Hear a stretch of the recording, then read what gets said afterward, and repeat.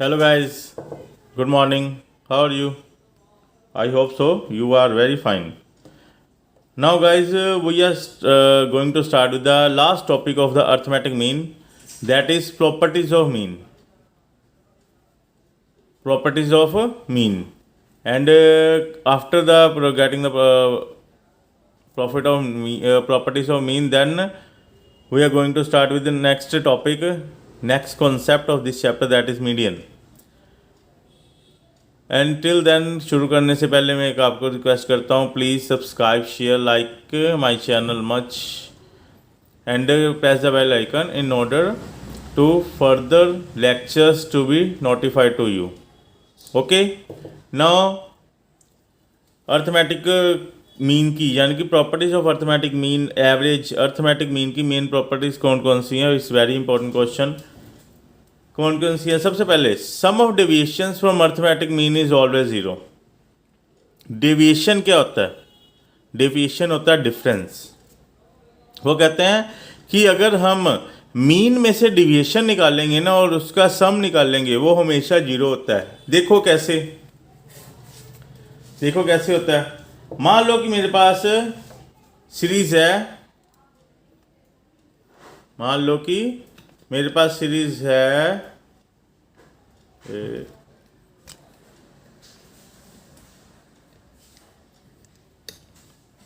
मान लो कि मेरे पास सीरीज है एक्स है हमारा फर्स्ट प्रॉपर्टी के लिए 10, 20, 30 एंड 40. ठीक है, मान लो हमारे पास ये छोटी सीरीज है. वो कहती हैं sum of deviation from arithmetic mean. Arithmetic mean से डिफरेंस निकालने पे उसका जो समेशन है, सम है, हमेशा जीरो होगा. ये हमने प्रूव करना है. वो कैसे? मान लो कि अगर इसका हम मीन निकालते हैं तो क्या आता है? 3, 3, 6, 4, 10. ये सिग्मा एक्स क्या आ गया? 100. और इसका मीन क्या आ गया? Mean is equal to sigma x over n, that will be 100 over 4, that is 25.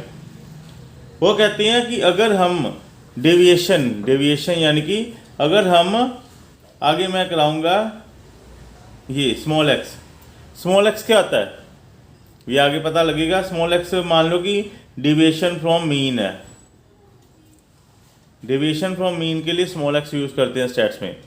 ठीक है, अगर स्टैट्स एंड क्यूटी में स्मॉल एक्स यूज़ करती हैं, इसमें capital x, small x, D x, D dash x सबका अलग अलग मीनिंग होता है. इसके लिए स्मॉल एक्स का मतलब है डेविएशन फ्रॉम मीन.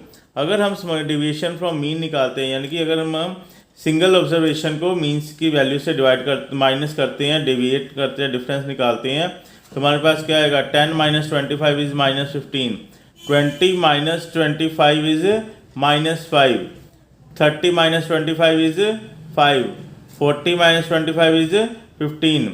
अगर इनका सम करोगे तो क्या आएगा? Sigma small x that is zero. तो भाई वो कहना चाह रहा है कि sum of deviation from arithmetic mean is always zero. It's okay. Now going to start with the next property. Next property में क्या कहता है कि अगर हमें अर्थमेटिक मीन की difference series along with the number दिया हो तो we can find out the combined mean. तो ये हमें मालूम है, ये मालूम कंबाइंड मीन प्रॉपर डिटेल में हमें करा रही हो है और ये इसका फॉर्मूला है. आगे क्या? Product of arithmetic mean with the number of items is always equal to the sum of all items. वो कहते हैं कि अगर हम अर्थमेटिक मीन का number of items, arithmetic mean और नंबर ऑफ आइटम को प्रोडक्ट करें तो हमेशा सम ऑफ ऑल आइटम आता है, हमेशा सम ऑफ ऑल आइटम्स आता है. वो कैसे कह रहे हैं? वो कह रहे हैं मान लो कि ये हमारी थर्ड प्रॉपर्टी के लिए वो कह रहे हैं कि मान लो मेरे पास एक्स है 10, 20, 30 और 40. ठीक है, और मेरे पास फ्रीक्वेंसी है मान लो 2, 3, 3, 2. ठीक है, ये हमारे पास फ्रीक्वेंसी है. अगर वो कहते हैं कि प्रोडक्ट ऑफ अर्थमेटिक मीन, पहले अर्थमेटिक मीन यानी कि निकालना पड़ेगा. एफ एक्स निकालो, 20, 60, 90, 80 क्या बन गया? ये 100, 160 एंड 250, यानी कि एन हो गया हमारे पास 10 एंड सिग्मा एफ एक्स क्या आ गया? 250. अगर हम मीन निकालेंगे तो मीन क्या आएगा? Mean equal to sigma f x over n. ठीक है, sigma f x over n, sigma f x over n is equal to 50 divided by 10, that will be 25। वो क्या कहते हैं कि अगर हमने sum of product of arithmetic mean, arithmetic mean को अगर नंबर से हम मल्टीप्लाई करेंगे, प्रोडक्ट को अगर नंबर से मल्टीप्लाई करेंगे तो हमेशा हमारे टोटल नंबर आ जाएंगे। वो कैसे कि अगर हम सिग्मा एफ एक्स के निकालने के लिए नंबर को मीन से मल्टीप्लाई करेंगे, नंबर कितना 10, मीन कितना 25, वो will always equal to sum of all item. ये क्या है? Summation of f x. ये समेशन ऑफ एफ एक्स का मतलब होता है कि हमारे पास टोटल नंबर ऑफ आइटम कितनी है, टोटल ऑब्जर्वेशन कितनी 250, वही 250 हमारे पास आ गया। ठीक है, ये प्रॉपर्टी बताती है आगे।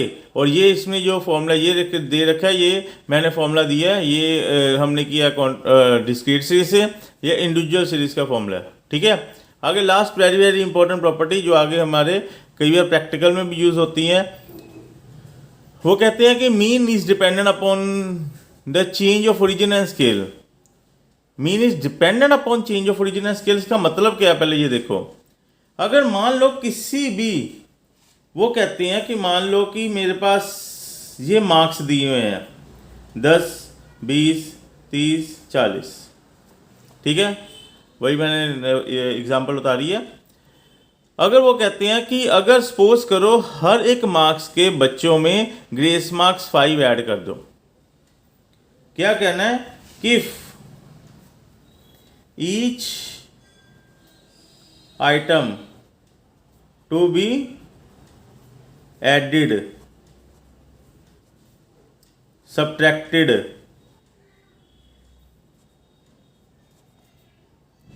और multiplied divided by a constant number,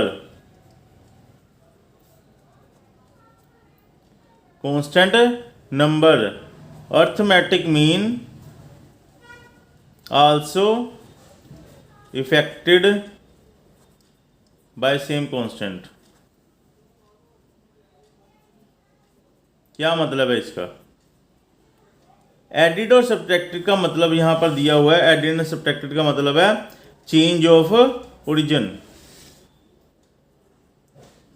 और मल्टीप्लाई एंड डिवाइड का मतलब है चेंज ऑफ स्केल।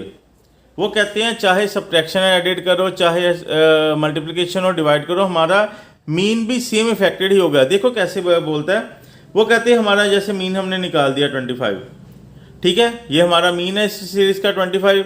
अब हमने कहते हैं, वो कहते हैं कि सब में ना 5-5 नंबर ग्रेस दे दो, यानी कि ये डाटा 5-5 से इंक्रीज हो गया, एडिट अप हो गया है।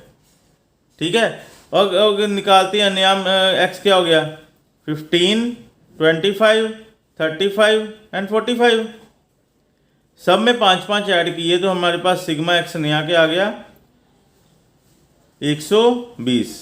ठीक है, अगर इसका नया मीन निकालेंगे तो क्या आएगा 120 divided by 4, that is what, that is 30। मतलब कहने का कि अगर हमारे पास 25 पहले मीन था, इसी में 5 ऐड कर देते, वही आंसर आना था। यानी कि जो हमारी इंडिविजुअल सीरीज में फर्क पड़ रहा है, अगर सेम आंसर में हम वही ऐड कर दे तो answer will be same. It's okay. यही हमारा मल्टीप्लाई और डिवीजन के साथ भी वैसे ही होता है। अगर मान लो कि वो कहते हैं कि सबके साथ अगर मैं 5 डिवाइड कर देता हूँ, ये डिवाइड का साइन है, अगर मैं 5 डिवाइड कर देता हूँ तो नई सीरीज क्या आएगी 2, 4, 6, 5 की डिवाइड तो 8। ठीक है, और इसका सिग्मा एक्स क्या आएगा 6, 6, 12 और 8, 20, और इसका मीन क्या आता है 20/4, दैट इज 5। यानी कि इसको 5 के अलग अलग हमने अगर अलग अलग उसको अल्टर करने की बजाय अगर मीन को ही 5 से डिवाइड कर देते, 25 को ही 5 से डिवाइड कर देते, तो हमारा आंसर फिर भी सेम आना था।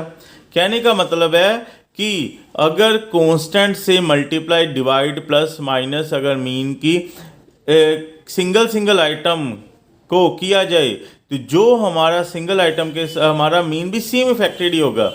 अगर 5 से सबको प्लस कर रहे हैं तो सबको 5 से प्लस करने की बजाय हम क्या करते हैं, मीन में सीधा 5 ऐड कर दो, वही आंसर हमारा सेम होगा। सब्ट्रैक्ट करना है तो सब्ट्रैक्ट कर दो, मल्टीप्लाई करना मल्टीप्लाई कर दो, डिवाइड करना तो डिवाइड कर दो, हम वही और answer will be same.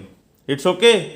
I hope you have understood all these properties of a mean. Now we will meet in the next lecture with a new topic, with the new matter. Till then, okay, bye.